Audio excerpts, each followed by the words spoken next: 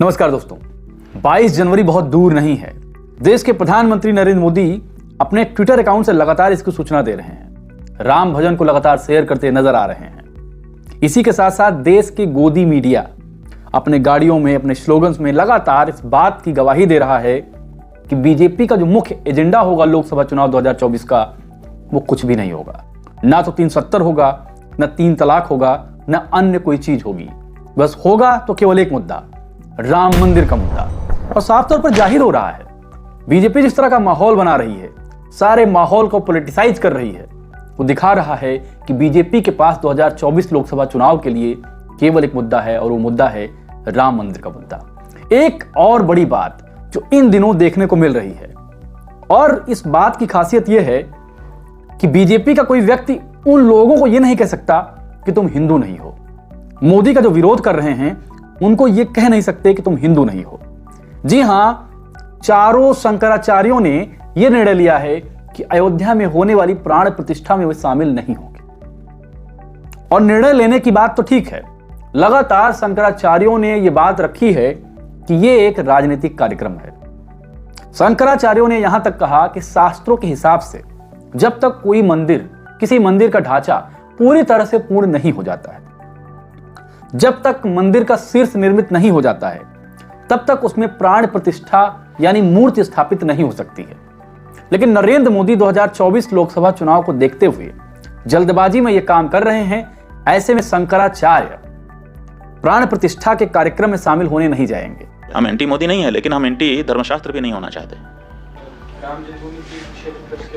अब आरएसएस के सामने बहुत बड़ी दुविधा आन पड़ी है। एक तरफ तो नरेंद्र मोदी हैं जो हर काम को राजनीतिक दृष्टिकोण से करते हैं, और ये दिखाता है कि मोदी साहब को राजनीति की बहुत गहरी समझ है। राजनीति यानी आगे नहीं कहूंगा। दूसरी तरफ जो देश के शंकराचार्य हैं, हिंदू धर्म के शंकराचार्य हैं, उनका मत है कि वो प्राण प्रतिष्ठा में नहीं जाएंगे। इसलिए आरएसएस को समझ में नहीं आ रहा है कि इन शंकराचार्यों को कन्विंस कैसे करें। शंकराचार्य यदि कन्विंस नहीं होते हैं तो हिंदू धर्म में मैसेज जाएगा कि मोदी अपने राजनीतिक लाभ के लिए ऐसा काम कर रहे हैं। लेकिन आश्चर्य की बात तो यह है कि हिंदू धर्म के जो अंध फॉलोअर हैं वो शंकराचार्यों को भी गाली दे रहे हैं। चंपत राय जो राम मंदिर ट्रस्ट के महासचिव हैं, 2019 में जब अयोध्या का जजमेंट आया, उसके बाद जो ट्रस्ट बनाया गया उसमें चंपत राय को उसका महासचिव बनाया गया, और माना जाता है कि चंपत राय और मोदी बहुत करीब हैं। चंपत राय ने तो मोदी को श्री राम का अवतार तक बता दिया था। ऐसे में चंपत राय शंकराचार्यों को भी इनडायरेक्टली टारगेट कर रहे हैं। सवाल यह है कि अब कोई कैसे कहेगा कि यदि शंकराचार्य प्राण प्रतिष्ठा में नहीं आ रहे हैं तो वो हिंदू विरोधी हैं, क्योंकि वो हिंदू धर्म के ही धर्माचार्य हैं, गुरु हैं। और आरएसएस भी मोदी की कई सारी चीजों को पसंद नहीं करता है, लेकिन आरएसएस क्या करे। 1925 में आरएसएस का जन्म हुआ और 2025 में उसके 100 साल पूरे हो जाएंगे। अब आरएसएस को यह लग रहा है कि 100 साल पूरे होने पर कम से कम बीजेपी का ही शासन हो, ताकि उसके कार्यक्रम, उसकी राजनीतिक इच्छा शक्ति की पूर्ति हो सके।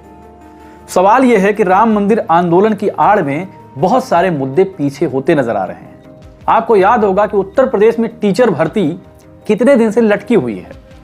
लखनऊ में लगातार छात्राओं और छात्रों पर लाठियां बरसाई गई, लेकिन टीचरों की भर्ती आज तक नहीं की गई। बिहार में लाखों टीचर्स की भर्ती की गई, लेकिन उत्तर प्रदेश के बाबा को सही उम्मीदवार नहीं मिले।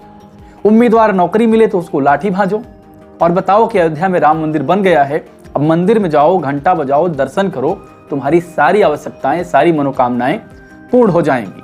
सिलेंडर का दाम 400 से 1200 पहुंच जाए, दाल का दाम 75 से 200 पहुंच जाए, पेट्रोल का दाम 70 से 110 पहुंच जाए, क्या गम है? कोई गम नहीं है। क्यों? क्योंकि मंदिर बन रहा है। मंदिर के बाद तो वैसे ही राम राज्य आ ही जाएगा। दोस्तों, हिंदू धर्म शास्त्रों के हिसाब से जब तक कोई मंदिर पूर्ण नहीं हो जाता, उसका शीर्ष निर्मित नहीं हो जाता है, तब तक उस मंदिर का उद्घाटन अशोभनीय और अक्षम्य माना जाता है। लेकिन मोदी जी 2024 लोकसभा चुनाव में इतने अंधे हो चुके हैं कि वो पूरी तरह से धृतराष्ट्र बन चुके हैं। शंकराचार्य कई बार कह रहे हैं कि मंदिर के उद्घाटन की इतनी जल्दी क्यों है, रामनवमी के दिन उद्घाटन कर दो, मंदिर पूरा कर दो। लेकिन मोदी जी हैं, मानने वाले नहीं हैं। लेकिन एक बात मैं तारीफ करूंगा मोदी के फॉलोअर्स की, मोदी के अंधभक्तों की। अपने आप को कट्टर हिंदू भी कहते हैं और धर्माचार्यों की आलोचना भी करते हैं। वही धर्माचार्य हिंदू धर्म के धर्माचार्य। मोदी जी चारों तरफ राजनीति कर रहे हैं और राजनीति के केंद्र में है प्रभु श्री राम।